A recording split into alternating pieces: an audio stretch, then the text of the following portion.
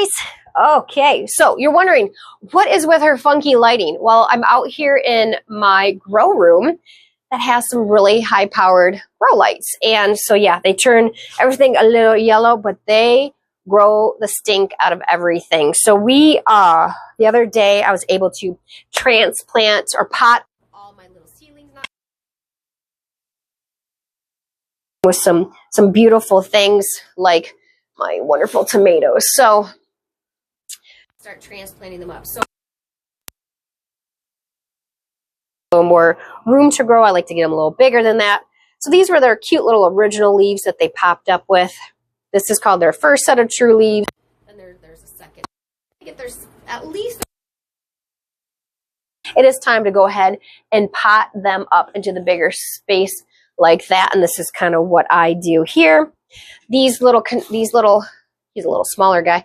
These have holes on the bottom. As you can see, they're dripping water. I put them in these, everything's so heavy I can't pick it up. This is a 50 cell flat right now, but these containers right here, there's no holes there. And I put all those in there, you'll see behind me. And I'm able to put the water in the bottom of the container itself. They hold about 12 plants, or 15. And I put water in about 1 or 2 inches there. And then the roots go down to get the water, and it sucks it up through the soil. It makes the roots kind of go searching out instead of being pansy sitting on the top, waiting for me to feed soil, which is a really great thing because you don't want to, you want nice and light and fluffy soil. So I have the kids fill up all the little 4-inch containers with pretty much dry, fluffy soil. And then I use a spoon to get them out of all my little my little cells like this. And then I put them into the things like that. And then I don't have to water as much either as well because I'm putting that much in the bottom. It's not over watering them because they're not sitting in the water, but whatever roots go underneath there seem to really enjoy it. It just makes everything so much stronger, and they just work really well. And so, yeah, so I got a lot of it done the other day. I was hoping to bring you along, but then I got a sinus infection, and that was most of it done. Just waiting for some of these other smaller ones that I did 2 plantings. I'm waiting for the smaller ones to kind of come along and get a little bit bigger and stuff like that. But so up here in northern Michigan, weather's starting to fluctuate. It's 80s this week, couple days of really warm weather. Then it goes down to 50s for the daytime. So we're talking still some more frost for sure happening. So right now what I have growing is basically things that can that like the cold lettuce, kale, and stuff in my hoop house I've talked about. And then probably maybe in a week or 2 after the cold spell, because then I'm not as cold going outside, I will start planting onions and potatoes and root crops, stuff like that. Also, it could be cabbage, broccoli, stuff like that could handle a light frost. And then the first week of June, because that's how long it takes, and patience is key up here in the northern climate, to plant your warm weather crops, or you are harming.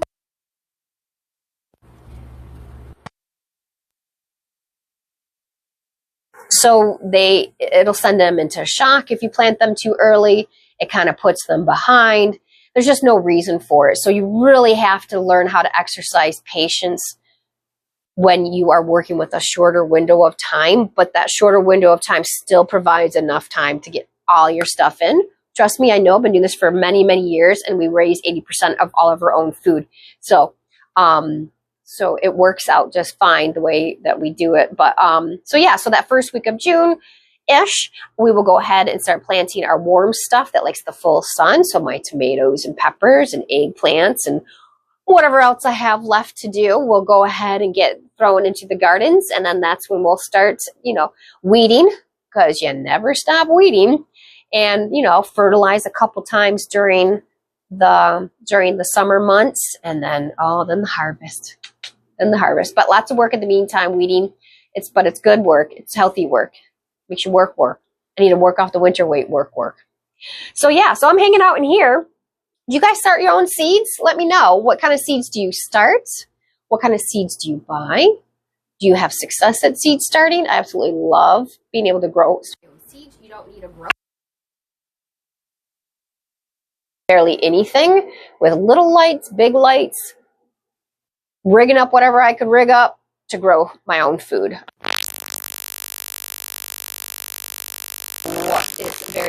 Works very well for me. So what kind of stuff do you plant? So what kind of stuff did you plant? What do you use to garden? Kind of stuff like that. I'm going to go next out of the yellow light, and show you some of my favorite things I like to have on hand. Stuff, it's not a lot, it's not expensive stuff, but it helps me minimize. It's the stuff I would recommend for anybody who's new that's starting out or always has struggled with certain tests or certain tools and stuff like that. You don't need a lot, but you do need a few things on hand, and you got to have it on hand prior to when the problem happens, or your SOL basically. But then you're waiting for shipping times if you have to get it shipped. Or the stores run out because they're like, hey, summer's over, or whatever. It's June 1st and summer's over, so we're not going to carry gardening stuff anymore. Who knows? So a couple things that you should just really have on hand. So I'll go show you guys that next. And all right, as promised, cool little wagon. Got this for Mother's Day last year. Great to have for the garden. Also some cool stuff I like to have. These absolutely two fabulous tools. You don't need many more spades than these two bad boys. Works great for weeds. Look at that precision. You just get right in there and get those darn weeds and go get roots out. This one as well. It actually has measurements on it that I've never used, but cool. Super, super sturdy. Those are called 𝙂𝙧𝙤𝙤𝙤𝙢 I'll link them to my Amazon stuff, but you can find them wherever you can find them cheap. Wouldn't it be great if you could find them at a garage sale? Anyways, super sturdy, super useful. This is new to me this year, but I'm kind of excited to use it. I thought maybe I could use it for strawberry plugs and stuff like that. But it's got a measuring stick on it and just be like, boop, boop, boop. Oh, this is going to be really good for onions. That's going to be really good for onions. Pop, pop, pop, plop in the onions. Now those are planted really close, but I'm actually going to use them for beans because I don't mind planting my pole beans, as long as they're pole beans, pretty close like that. And it's not like you have to use every hole just because it makes a hole, right? And it's really sturdy, so I'm excited to use that. You can tell it's new, still has the wrapper on it. This is just like from you bought something at Home Depot or something, and it's a little tool bag. It's got scissors because I like to trim. It's always got markers and my tags so I can mark stuff up. Some garden gloves, my foraging knife, some kind of fancy knife. And this is Truly Garden. Apparently that's the brand. My mother-in-law got that for me. It's great for foraging. Really sharp pruners. Golly, you just not cheap ones. Just get the good ones. Fiskars. Keep them sharp. You need the sharp ones. Don't mess around with those dull ones. It'll frustrate the crap out of you. Good things to have on hand for issues that may come up with bugs or mildew or pests or gosh only knows. The three things I like to have on hand is neem oil. These are concentrates, so you're going to water them down in a spray bottle. Copper fungicide. And this is one of my favorites. Monterey spray. It's got to have the spinosad in it. It's a bacteria. All these are good for organic gardening, by the way.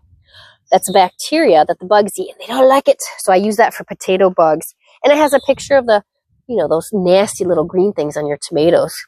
I said the word little. That is not the word at all. They're big. So good. That's all you need. Those three things. And some DE, some diatomaceous earth to help with slugs. All right. Some fertilizers to have on hand, because you will need to fertilize most likely. I may not need to this year because all the direct depositing of the piggy poop, but we want to have the stuff on hand. So some good fish fertilizer. This is from Azure Standard, some liquid fish. You can also get this stuff from Alaska Fish Fertilizer, if I could turn it.